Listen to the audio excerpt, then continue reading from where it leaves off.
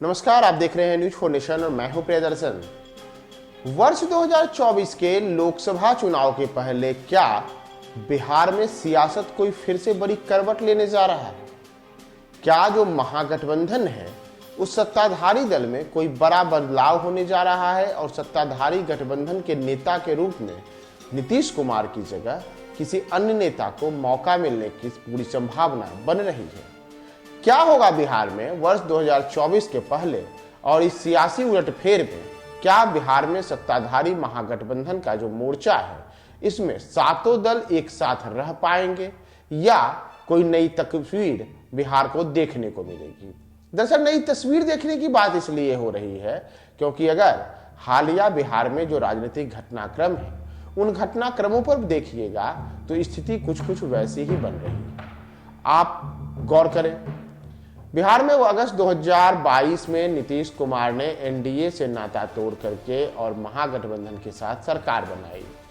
नीतीश कुमार का यह निर्णय उस समय भी सबको आश्चर्यचकित करने वाला था क्योंकि तब तक एनडीए के साथ उनके रिश्ते ठीक ठाक ही दिख रहे थे, लेकिन अचानक से नीतीश कुमार ने एनडीए से नाता तोड़ा जिसकी उम्मीद कहीं भाजपा को भी नहीं थी। और जिस तेजी से सब कुछ हुआ उस राजनीतिक घटनाक्रम के एक बार फिर से शायद बिहार को देखने को मिल सकता है। दरअसल हमारे जो सूत्र हैं, सूत्रों का कहना है कि बिहार में लगातार जो सियासी बयानबाजी सत्ताधारी गठबंधन के नेताओं की ओर से हो रही है, इससे दोनों ओर से कई नेता हैं जो खुद को असहज महसूस कर रहे हैं। पहले आप कुछ घटनाक्रमों को याद कीजिए।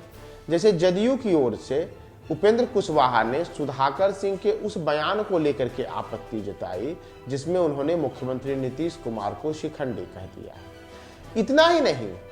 पिछले महीने ही जब बिहार में 3 अलग अलग क्षेत्रों में उपचुनाव हुए तो उपचुनाव के चुनाव परिणाम जब आए तो मोकामा में जहां राजद उम्मीदवार को जीत मिली, वहीं गोपालगंज में राजद उम्मीदवार और कुरनी विधानसभा क्षेत्र के उपचुनाव में जदयू उम्मीदवार को हार का सामना करना पड़ा।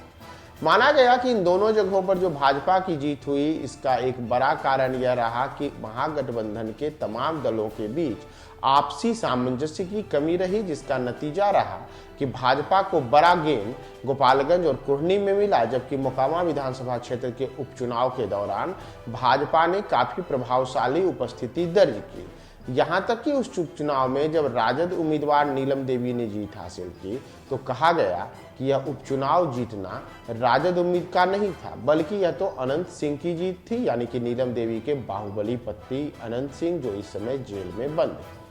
उस समय भी नेताओं के जो बीच आपसी कई प्रकार की बयानबाजियां देखने को मिली, जिसमें यह बताया कहीं न कहीं से एक संकेत मिला कि जदयू के और राजद साथ ही साथ जो अन्य दल हैं उन दलों के नेताओं के बीच कुछ न कुछ कोऑर्डिनेशन की कमी है, जिसका नतीजा है कि वोटों का शिफ्टिंग उस तरीके से नहीं हुआ जैसा होना चाहिए था। नतीजा रहा कि भाजपा 2 जगहों पर चुनाव जीत गई। इसके अलावा कई अन्य भी ऐसे बयानवीर नेता रहे हैं जदयू में और राजद में जिन नेताओं के बयान से पार्टियां असहज हुई हैं। जैसे चंद्रशेखर ने रामचरितमानस को लेकर के एक विवादित टिप्पणी कर दी जिसका पूरी तरीके से जदयू ने विरोध किया और जदयू ने कहा कि रामचरितमानस का अपमान करना हम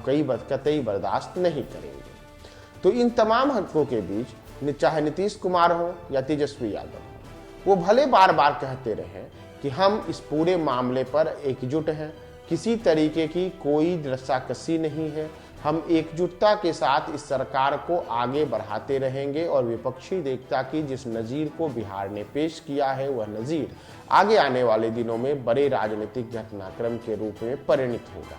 लेकिन इन्हीं दोनों दलों के सूत्रों का कहना है कि नेताओं के बीच जो आपसी सरफुटौल हो रहे हैं, लगातार ऐसी बयानबाजी हो रही है जिससे दोनों ओर से आरोप प्रत्यारोप लगाया जा रहा है। उससे वर्ष 2024 यानी कि अगले 1 साल के बाद जब लोकसभा का चुनाव होगा तो उस लोकसभा के चुनाव के पहले बिहार एक बार फिर से सियासी करवट बदल ले